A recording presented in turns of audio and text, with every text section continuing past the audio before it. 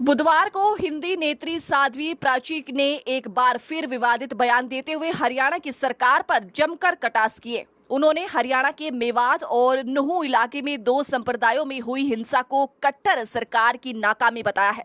उन्होंने कहा कि उत्तर प्रदेश में संप्रदाय दंगा करके दिखाएं, 7 पीढ़ियां याद आ जाएगी।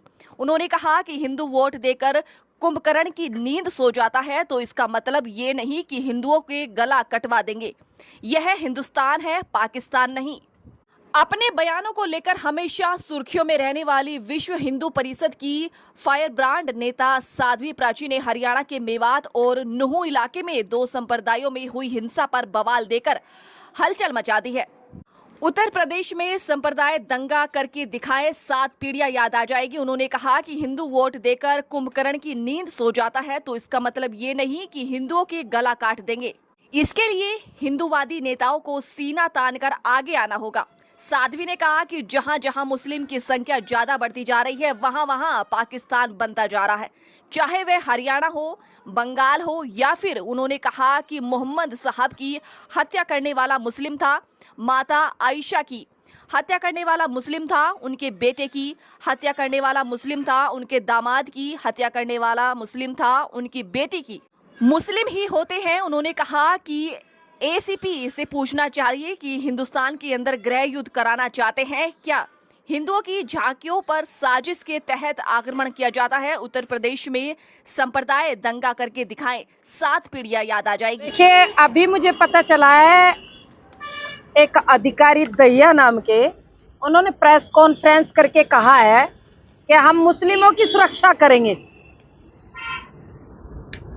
मैं बताना चाहती हूँ कि मोहम्मद साहब की हत्या करने वाला मुस्लिम था, माता आयशा की हत्या करने वाला मुस्लिम था, उनके बेटों की हत्या करने वाला मुस्लिम थे, उनके दामाद की हत्या करने वाले मुस्लिम थे और उनकी बेटी की हत्या करने वाले भी मुस्लिम थे। मंदिरों पे आक्रमण करने वाले मुस्लिम होते हैं और जितने आतंकी मिलते हैं वो सब मुस्लिम होते हैं। एसीपी साहब से मैं पूछना चाहती हूँ, हिंदुस्तान के अंदर गृह युद्ध कराना चाहते हैं क्या?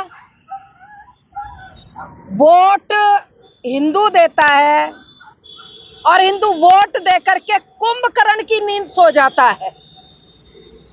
इसका मतलब ये नहीं कि हिंदुओं के गले कटवाओगे, हिंदुओं को मरवाओगे। ये हिंदुस्तान है, पाकिस्तान नहीं है।